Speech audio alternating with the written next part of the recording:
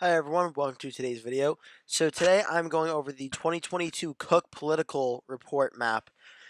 They just put out a map a few days ago of was their early on rankings for the 2022 Senate map. So I thought it'd be an interesting idea to put that map out and kind of just go over it and tell you what I personally think of it. I will be releasing my own map in the coming days probably, but I'm just going to start what Cook has for now. So, for the safe Democratic states, I'll go Democrat first. The West Coast all is safe as expected, as well is the state of Hawaii is safe. The state of Illinois is safe, and then all of the East Coast except the state of New Hampshire are safe, and New York is also safe as well. So Democrats are at 44 for safe right now. Now the safe Republican states, Republicans are safe in Idaho, Utah, both North and South Dakota. They do list Kansas, Oklahoma is safe. They list Louisiana, Arkansas, Missouri is safe. Indiana and Kentucky are safe, as is Alabama and South Carolina. Now, they also list Iowa as safe, assuming that the current Senator Chuck Grassley runs for re-election. This race, I think, will become competitive if he does not. If he does run for election, I think safe is true. Ohio, same situation. They have it listed as safe. If Rob Portman runs for election, I believe it's safe. If he does not, this race could potentially get closer. Specifically, look for Tim Ryan, Representative Tim Ryan, to run. Then it becomes could become competitive. Lastly, the state of Alaska is also safe. So now for the state of Georgia, I want to get this out of the way now. So Georgia, David Perdue, John Ossoff. I'm going to assume for right now that David Perdue wins because I think he is favored to beat John Ossoff. So the special election between Kelly Loeffler and Ralph Warnock is going to be up in 2022 anyway. So it's possible he might have a rematch. I'm not sure.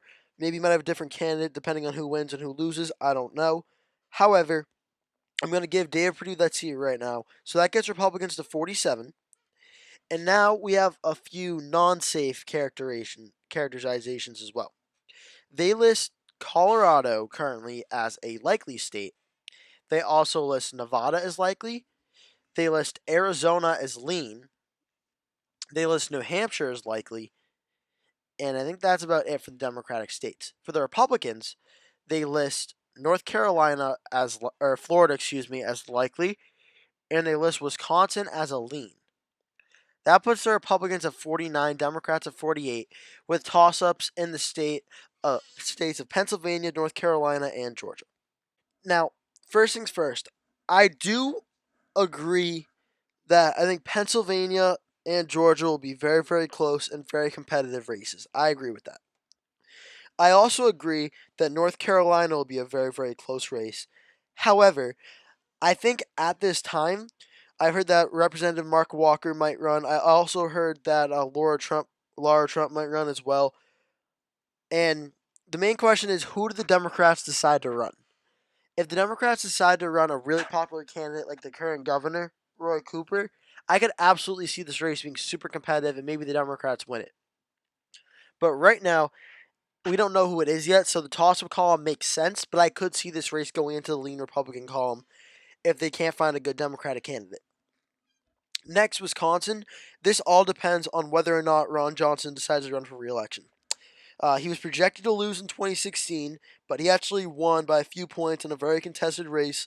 In 2022, assuming Joe Biden becomes president, it will be a Republican wave year. This does benefit Ron Johnson.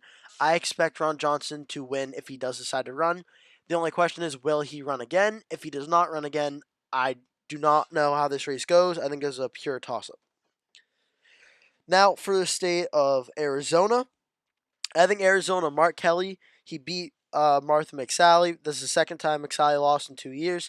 The Republicans will be putting up another candidate that's not her, I hope.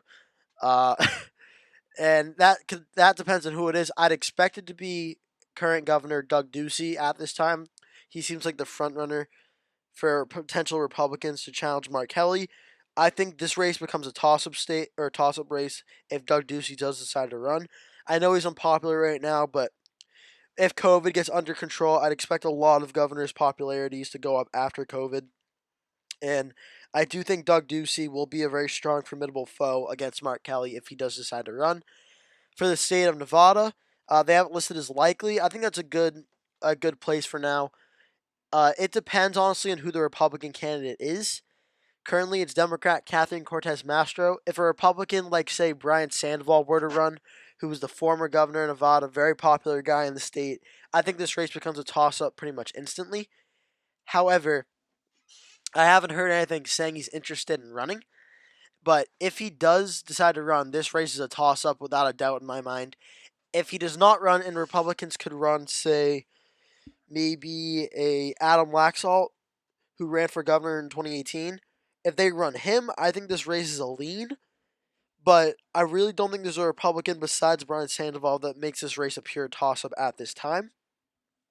Colorado being likely, I agree with that. Colorado's not going to be going red anytime soon, unless there's a massive anti-democratic sentiment, but I don't really see that happening. Only thing I could say is maybe look for Cory Gardner to maybe make a political comeback for the seat, or maybe running for governor or something. I don't know. I just feel like there's not many other Republicans in Colorado I could name. So, I don't know.